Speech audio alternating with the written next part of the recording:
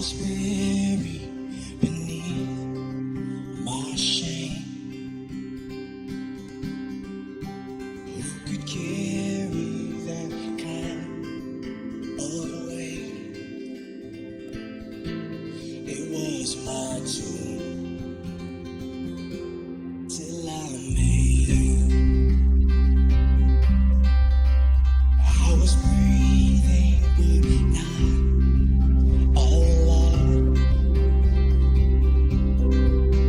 All my failures I tried to hide. It was my doom till I met you. You called my name and I ran out of that grave. Out of that darkness to your glorious day. You called my name and I ran out of that grave. Out of the darkness to your glorious day.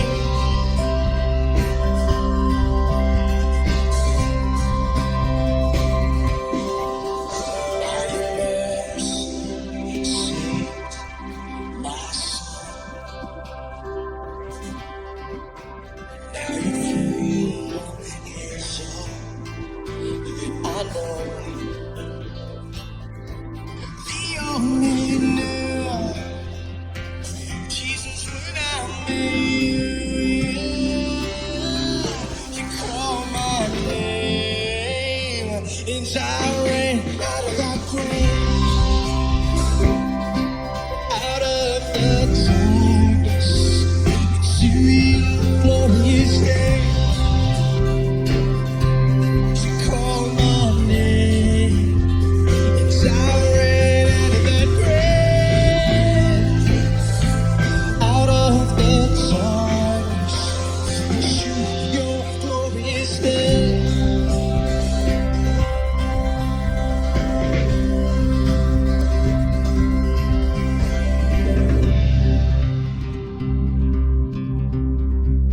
Wherever you are, sing this out with us. I needed rescue. Come on. I needed rescue. My sin was heavy. But daybreak got the weight of your glory. I needed shelter. I was an orphan. Now you call me a son. Come on, let me hear you sing this out. When I was broken, you were my healing. Now your love is the air that I breathe. I have a future, my eyes are open. 'Cause when you call my name, I ran out of that grave. Out of the darkness to your glorious day. You called my name, yes you did, and I ran out of that grave. Out of the darkness to your glorious day. We wait for that day, Lord.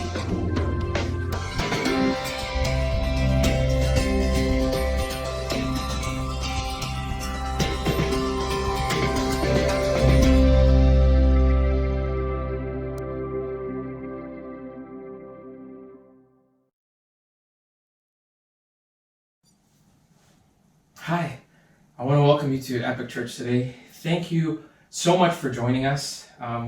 We're so excited to take this journey with you. We're in the middle of a series on the 7 churches of Revelation. And the 7 churches of Revelation are actually letters that Jesus writes to churches in the last days. And they're messages that can speak to us today in the circumstance that we're in right now. The whole thing begins with Jesus meeting an old man on a prison island. His name was John. He was actually the youngest disciple, but by this time he's old. He's the last disciple.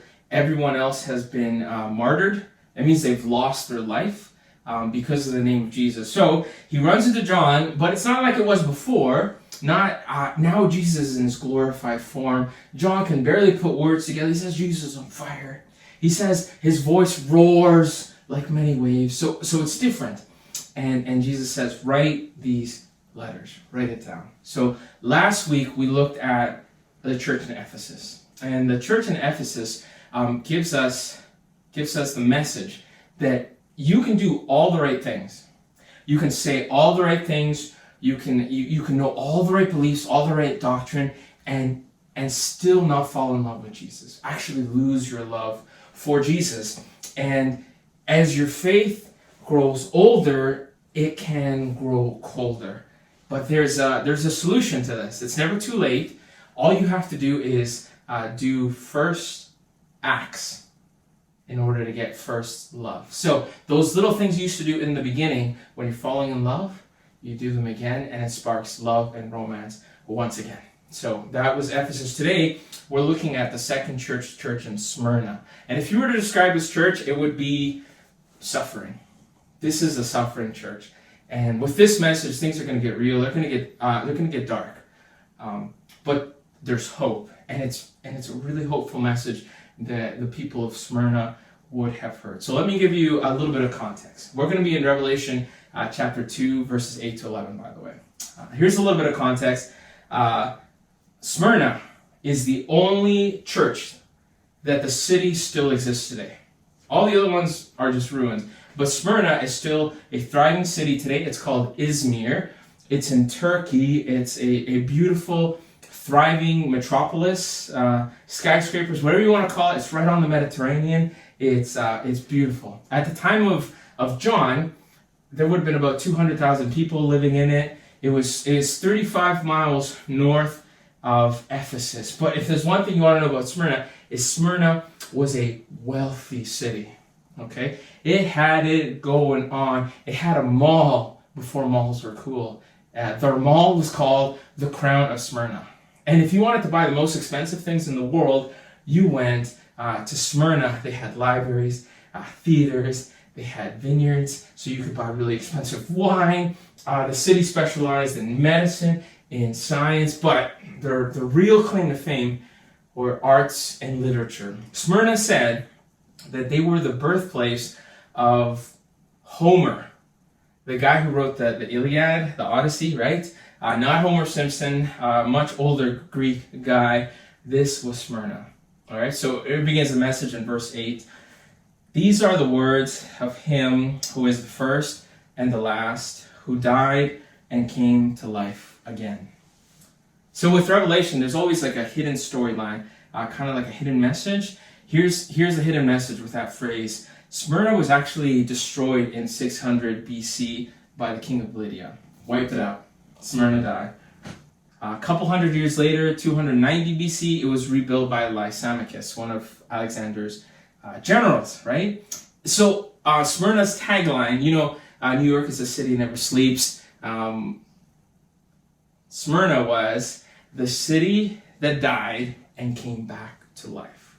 And their mascot, we find it everywhere, all in scriptures, all over in graffiti and stuff like that, is the mythical phoenix. The bird that rises out of the ashes that kind of represents resurrection. Well, Jesus grabs that metaphor and he says, I'm not just some bird. I actually did die, and I came back to life. I'm for real. That's how Jesus begins the message. Verse 9, I know your affliction and your poverty. That word affliction, thlesis, it's pressure. It's pressure. It's when you're getting pressure. It's giving you great distress. You're being oppressed. You're being crushed by a great burden, a great weight. It's pressure. That's affliction. That's what Jesus is talking about. Why would he mention affliction to Smyrna? It turns out that Smyrna was so loyal to Rome, okay? When Rome first took over the whole region, this whole place used to be Greek, by the way, right? Homer. But when Rome came in, Smyrna was the first city to get on the bandwagon to go, yay, Rome. They built a temple to Roma, which is the Roman goddess, and they beat out 10 other cities to build the first temple to an emperor, to Emperor Tiberius. And Smyrna becomes the center of the emperor cult. All right, by this time, the emperors were considered gods. So once a year, every single citizen in Smyrna had to come to the temple and throw a little bit of incense and say, Caesar is Lord. A little bit like Heil Hitler. Just a test of loyalty. And then they were given a certificate. And this certificate allowed you to conduct business, to get paid for wages. But the most important thing that the certificate gave you was the Pax Romana, which is a Roman guarantee that you would not be harmed. So Christians living in Smyrna would not make that declaration. And so they couldn't work. They had no possessions. They had no means of income. And not only that, whatever little they had, their neighbors could come in and just take it because they had no protection. Because they could never say that Caesar is Lord, because they would say that Jesus was Lord, right? Caesar ruled by fear and power, but they believed in the Lord that ruled by service and self-sacrifice. In fact, things were so bad for Smyrna that their pastor, Polycarp, is a famous guy. He's famous because he actually knew the Apostle John, the guy writing Revelation. When Polycarp was young, he studied with him, and Polycarp becomes the pastor of Smyrna, and he's killed. He's brought to the center of the city, and they tie him to the stake, and they put him up in flames. But he doesn't burn fast enough, and so they end up stabbing him. And people are cheering as this is happening. So Smyrna had it rough. Historically, if we talk about the church in Smyrna, we call it the age of martyrdom. This is when thousands of Christians lost their lives simply because they believed in Jesus. So that's the message Jesus has, verse 9. I know your affliction and your poverty, yet you are rich. I know the slander of those who say they are Jews and are not, but are a synagogue of Satan.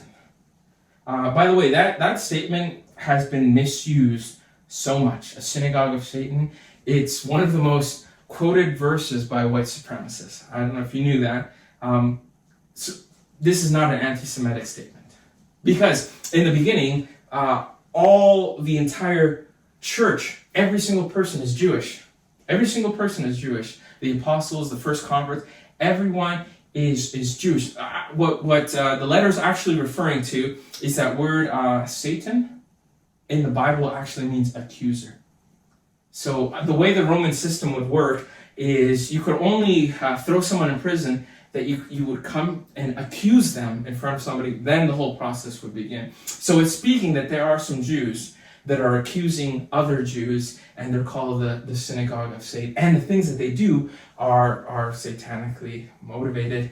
So why are the Jews doing this? I know that's the question I'm having. Like, why would you do that to your fellow countrymen, right? It turns out it's just a whole mix of things that's going on. It's just been a couple years since the nation, the Jews, were at war with Rome.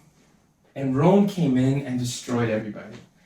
Destroyed their temple, and Rome was not happy with that, and every Jew in the empire had to do a special tax. But it seems like Rome got tired of fighting, and Rome said, okay, only the Jews can keep their religion, because it's an ancient religion. It's not a threat to the empire. We've kind of taught them a lesson, but only the Jews. And so now the Jews are seeing these new Christians, which are also Jewish, but they're kind of more radical, right? They talk about another king. They talk about a revolution, so they don't want to be associated with that. So it's kind of a responsive, we want to survive. And so we have that other phrase, slander, which is character assassination. Rumors are going around about Christians at this time.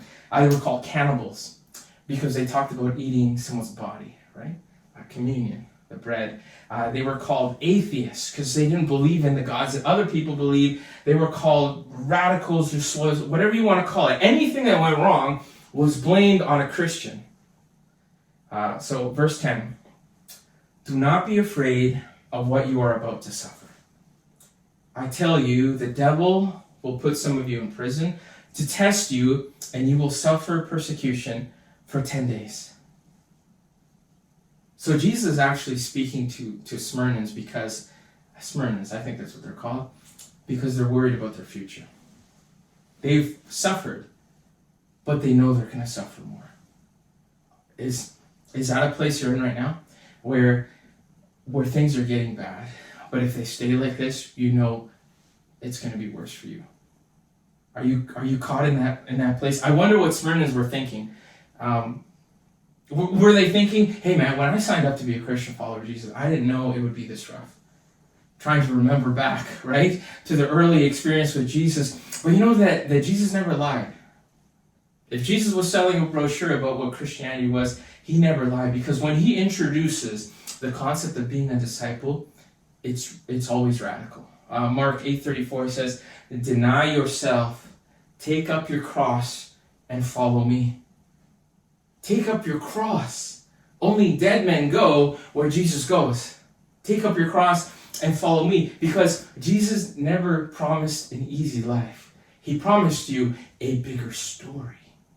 And we'll talk about that more. So nowadays, following Jesus is usually safe. In North America, is usually safe. I mean, you might suffer socially with friends. You might lose a job, but it won't cost you your life. But it hasn't always been that way. Historically, following Jesus hasn't always been safe. It's actually been very, very dangerous. You pick up a book like Fox Books of Martyrs, and all it is just story after story of people who give their lives simply because they say they are followers of Jesus. And it's not ancient history. Right now in the world today, Christians are being persecuted. It's true. Persecution is, by the way, any hostility for the name of Jesus. It could be physical violence. You could be displaced from your home, torture, kidnappings, death, all of that. There are still countries, not countries that are obscure, by the way. We're talking countries like Saudi Arabia, Yemen, Iran, where being a Christian is illegal. And you can check it out. There are groups, Open Doors, Voice of the Martyrs. They kind of track this stuff. You can write letters to Christians that are in prison, and they're saying that last year, because the data is last year was the most violent year for persecution in modern history. Conservative estimates say 100 million Christians are being persecuted. Again, conservative estimates, 70,000 Christians are in labor camps in North Korea right now. So this is a reality that's going on right now. And here's the other thing with the letter to Smyrna. It's not just written for Smyrna. Because the persecuted church in Smyrna was not going to make it unless others stepped in to help. And all the churches are supposed to be reading these letters. Here's the Bible verse, 1 Peter 5:9. Standing firm in the faith, because the family of believers throughout the world is undergoing the same kind of suffering.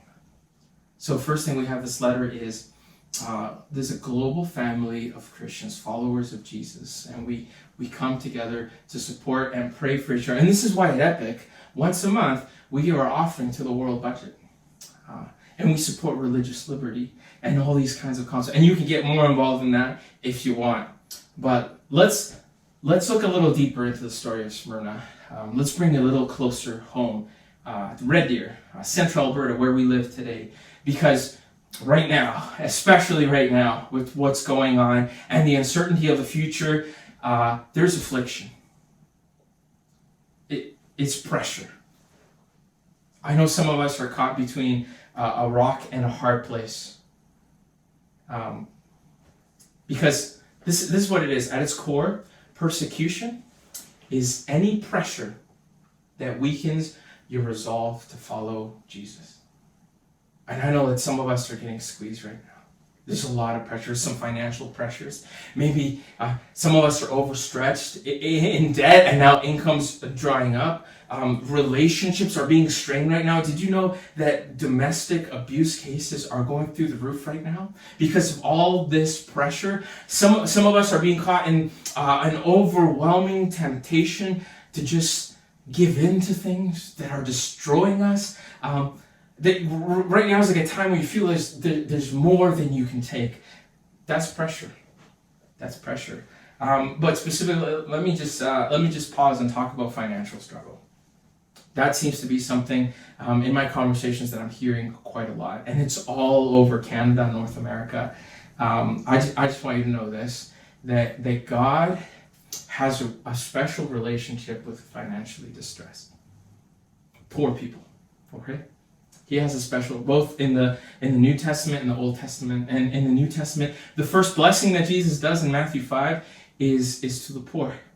Blessed are the poor, for theirs will be the kingdom of heaven. In the Old Testament, Jesus says, God says He would watch out for the poor and vindicate them. So just know that God has a special relationship with the financially distressed. Maybe for you, though, the pressure's more long-term, right? Maybe it's a medical thing, a chronic medical thing that you've been struggling with, physical thing, an anxiety thing that you've been struggling for a while. Maybe you're waiting for an answer, but you're not getting that answer. The letter to Smyrna is written to us in the pressure that we're going through. But there's hope.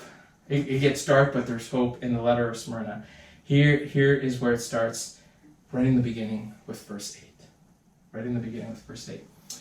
This is the one who died and came back to life. That's a strange way to start a letter. But it's this. Jesus is saying, I died. I know about suffering. Everyone would have been aware what kind of death Jesus went through at that time. I died. I know suffering. I was shamed. I was humiliated. I was beaten. It got so dark that I couldn't even see my Father. I know what pain and suffering look like. And I died, and I came back to life, and so will you. I died, but I live, and so will you. And here's the invitation that Jesus makes. He invites us to a bigger story, because the story of God, the epic of God, is two parts. There's crucifixion, great suffering, right? Death, crucifixion part. But then the second part, and that's what we celebrated last week, is resurrection. Death doesn't win. That's the story of God. Death doesn't win. So, and then He sends that invitation, and so it will be with you. I know where I'm going. No matter what you're going through right now, I've been there. I see you. In the middle of your distress, of your pain, of your hardship, of this pressure, of this crushing thing, these family issues that you're going through, this stage of life that you can't handle right now, I'm there with you. I am with you. I died, and I came back to life, and so will you. Verse 9 says, I know your afflictions and your poverty, yet you are rich. It's almost sounds like it should be cruel, right? You are rich.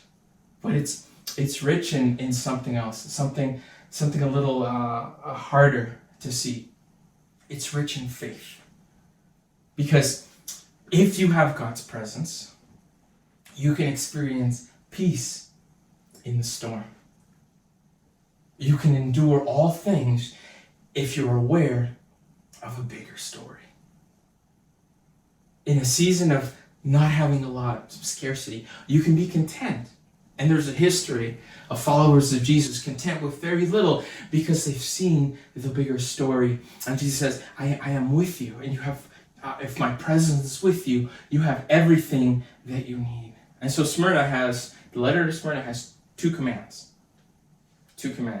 First one, verse 10. Do not be afraid of what you are about to suffer. Don't be afraid. Wouldn't it be nice if the message said, don't be afraid, you're not going to suffer. Don't be afraid, it's rainbows. But the message is, you're going to go through some hard stuff. but you don't have to live in fear. Because fear, that's not from God. Fear is from darkness. Fear is from Satan. Worry accomplishes nothing. Actually, it does accomplish. It destroys. It destroys your heart. It destroys your health. But perfect love casts out fear. And why? And why don't we have to be afraid? It finishes here, verse 10. And you will suffer persecution for 10 days. 10 days, when you see that phrase in the scriptures, that's a symbolic, biblical way to say a short period of time. You have it all the time. When Daniel goes through his ordeal, it's for 10 days. So it's saying that suffering is temporary. There's a beginning and there's an end. Not like eternity. There's a beginning and there's an end to suffering, because Jesus never told a lie. Jesus told the truth, and he doesn't deny pain, but he also says that it will not last forever. It will not last forever. Suffering doesn't win in the end. Death doesn't win in the end. 2 Corinthians 4:17 says this, for our light and momentary troubles are achieving for us an eternal glory that far outweighs them all. So we fix our eyes on not what is seen, but what is unseen. For what is seen is temporary, but what is unseen is eternal. Even though this is temporary, even though it may not feel like it's going to be over anytime soon, know that there is a larger story going on. God's story is still being told. That first part is crucifixion, but the second part is resurrection. And Jesus is saying, follow me. I know where I'm going. I'm taking you somewhere. We're going someplace that only dead man can go. And it ends with this, verse 10, the second command. Be faithful, even to the point of death, and I will give you the crown of life. Be faithful. That's hold on to faith. It's an actual active thing you have to do. Hold on to faith, because this is God's story. This is the concept of the scriptures we have here. There is a solution to suffering. It has been done. The ultimate solution to suffering, the permanent solution to suffering, happened on the cross. The first part of God's story. It happened on the cross, and suffering and death, they're already defeated. At the cross, we begin the second part where there will be a time, there will be a place where there will be no more mourning, no more crying. The old order of things, Revelation says, has passed. So Smyrna was on the circuit of the Olympic Games. Every 5 years, they host the games in their big stadium, right? And that verse, the crown that Jesus uses there, the crown, it's not the royal crown, it's the Stephanos. That's the Greek word. It was the crown of victory, made of leaves or flowers. It was like a garland. I think you've seen pictures of it probably. And it was given to the victorious athletes. So everybody was aware of this. And in fact, other people in the Bible talk about this crown. This is a way that Christians would visualize their journey. 2 Timothy 4:7-8 says, I have kept the faith. In the future, there is laid up for me the crown of righteousness, which the Lord, the righteous judge, will award to me on that day. It's the crown of life. And here's something that just ties in God's big picture, the big story. The cross is the solution to suffering. And the crown of life is the fact that there is a place, a real place, where there won't be any more of this brokenness. That there is a real place, the scriptures call it heaven, call it God's presence, and it's eternal. Because when we see something come to an end and drastic end, there's something in us that just sparks and says this is wrong. But there is a place where there will be no more death. There will be no more brokenness. Heaven. And to Christians in the first century, this was a reality to them. It was so real they can taste it. And through the history of followers of Jesus, people that have given their lives to Jesus, they did this because this victory crown, this was a real thing. This victory of life, it was a real thing. So whatever your situation you're in right now, I just want you to know that God is with you. Jesus is with you. Jesus knows what pain is like, what suffering is like. And he says, I'm there with you. But I also know that this is temporary. I want to give you a victor's crown of life. I am with you. Trust me. Trust me. And I will carry you home. You were the Word at the beginning, one with God the Lord Most High. Your hidden glory in creation,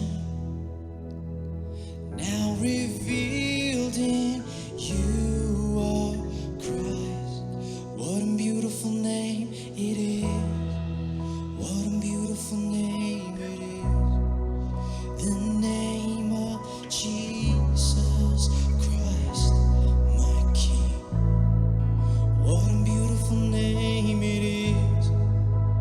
Nothing compares to this. What a beautiful name it is. The name of Jesus.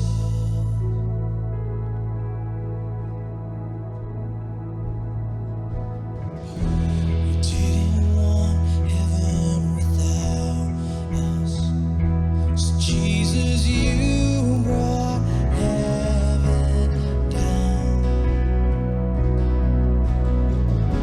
Your sin was great, your love was greater. What could separate us now? What a wonderful name it is. What a wonderful name it is. The name of Jesus Christ, my King. What a wonderful name it is. Nothing compares to this. What a wonderful name it is. The name of Jesus. What a wonderful name it is. The name of Jesus.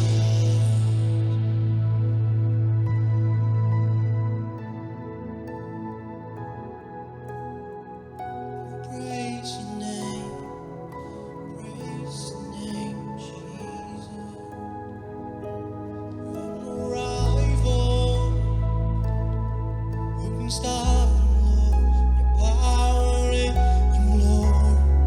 Your name above all names. Death could not hold you. The veil tore before you. You silenced the boast of sin and grave.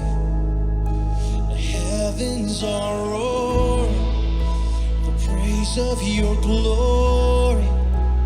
For you are raised to life again. You have no rival. You have no equal. Now and forever, God, you reign. Yours is the kingdom. Yours is the glory. Yours is the name above all names. What a powerful name it is. What a powerful name it is. The name of Jesus Christ, my King. What a powerful name it is. Nothing can stand again. What a powerful name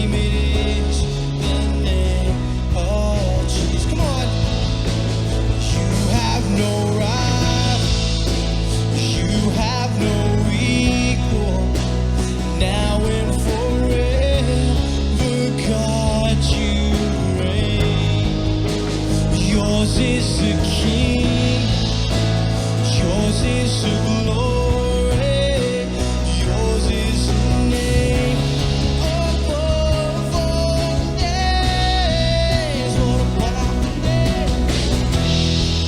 What a powerful name! The name of Jesus Christ, my King. What a powerful name it is. Nothing can stand against. What a powerful name it is. The name of Jesus. What a powerful name it is. The name of Jesus.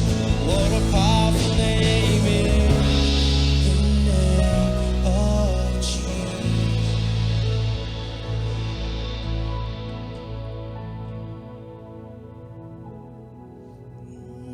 There's none like you,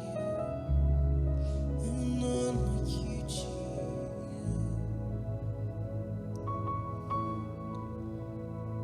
Call upon the name, time of trouble, time of sickness, and the time of